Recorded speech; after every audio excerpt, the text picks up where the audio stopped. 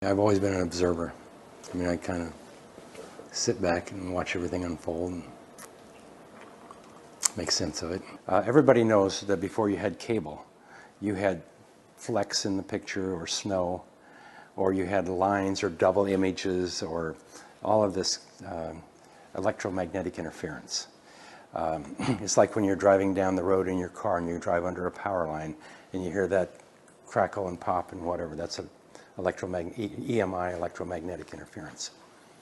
And when I first really, in my mind, asked the question about the body and grounding, I was basing it on that knowledge and the fact that in the cable industry, that we had to ground the entire the entire cable system and shield everything.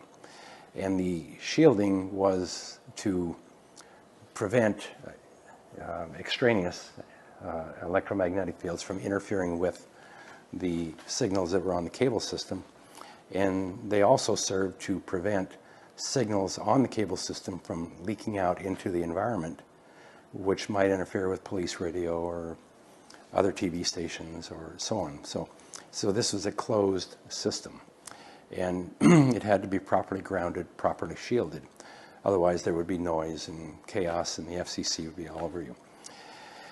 So that was, I could talk for an hour about how I got to this point, but one day I was sitting watching some people walk by with rubber sole shoes on, and I said, you know,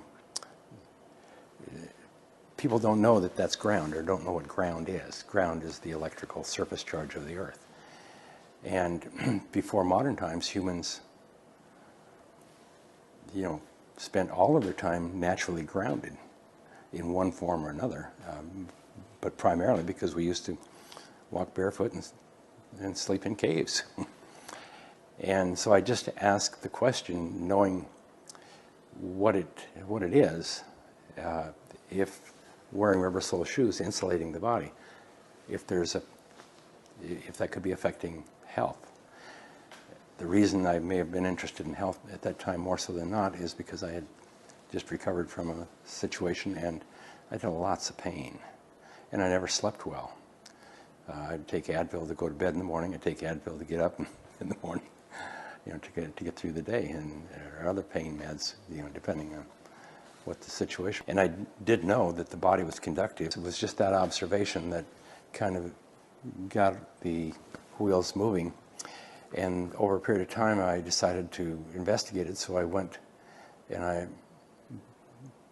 took a voltmeter and I ran a wire out the living room door and grounded it to the earth. And I just started walking around the house and measuring the voltages, the static charge on your body and the electromagnetic induced body voltages from the electrical wires and stuff in your home. And I was astounded to find that in my living room is, a couple of volts, but I started wandering around the house and I went to my bedroom and I was almost 4.5, 5 volts when I laid down on my bed. It was very real. This is, this issue is, I said, could this be affecting my sleep? Could this be, affecting the nervous system and so on. I went to the hardware store and I bought some metal duct tape that you put in, used for furnaces and stuff, and I just laid it on the bed, took an alligator clip, connected a wire to it, ran it out the window, connected it to the earthing rod where the meter was connected, and I'd lay on it, and sure enough, my body would go to zero, or to earth potential. And the first time I did that, I was actually laying in my bed and I had a voltmeter kind of playing with everything, and I fell asleep. And I woke up the next morning with the voltmeter right almost where I was using it. And I thought, wow, this is great. So I knew then that something was going on. I didn't really understand the full effect of it. And after a few days, I had a couple of buddies and I said, hey, you gotta let me show you this. And so I started grounding people and measuring things. And one of the guys that I grounded, he says, there's something going on here. He said, my arthritis pain is way down. And I didn't think too much about it, but then a couple of days later, I noticed that my pain, and I was in severe pain, chronic pain from back surgery and from another issue that I'd gone through. And sure enough, I wasn't taking the pain pills, and I felt better. And so that's when I really started to make sense of this. But at the time, I didn't understand anything about biology. I didn't understand how the nerves work, how the muscles. I knew nothing other than that the body was being charged, and it had always been grounded. And when you're grounded, you can't have a charge. And these charges, when I took them off my body, I started sleeping better and I started feeling better. I said, wow, there's something very, very real here that needs to be further investigated. And so most of the time I spent questioning myself, questioning what I was observing.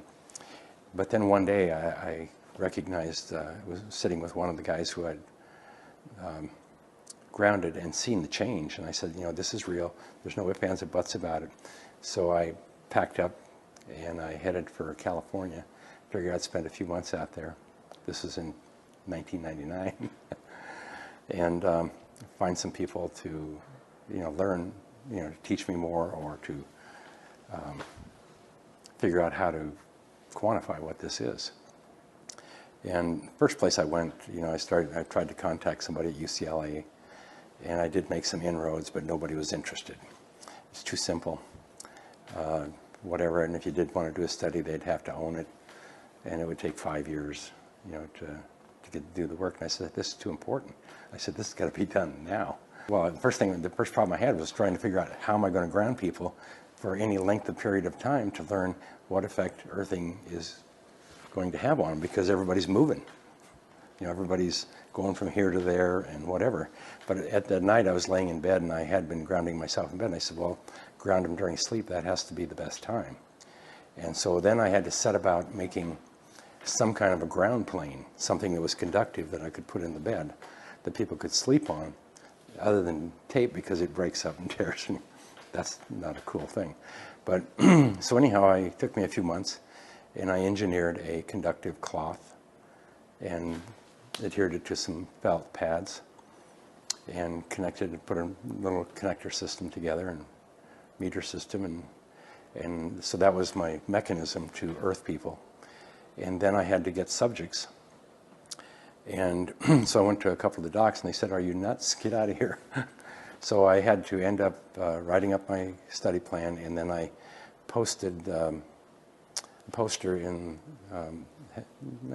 half a dozen beauty salons in Ventura, California. And I did it in beauty salons because, the gals are all there talking to each other, and, if anybody's got pain or sleep problems, they'd probably talk about it. And I said, tell the salon owners if somebody has sleep issues, whatever, if they want to participate in the study, please have them call me.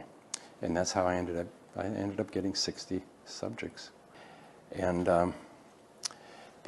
so anyhow, then it had to be double blind, so I had to dummy up half the pads and whatever. And I had a couple of people to help me, and so we went out and installed all of these people. And it was really quite funny because, talking about learning on the fly, that was pretty much what it was.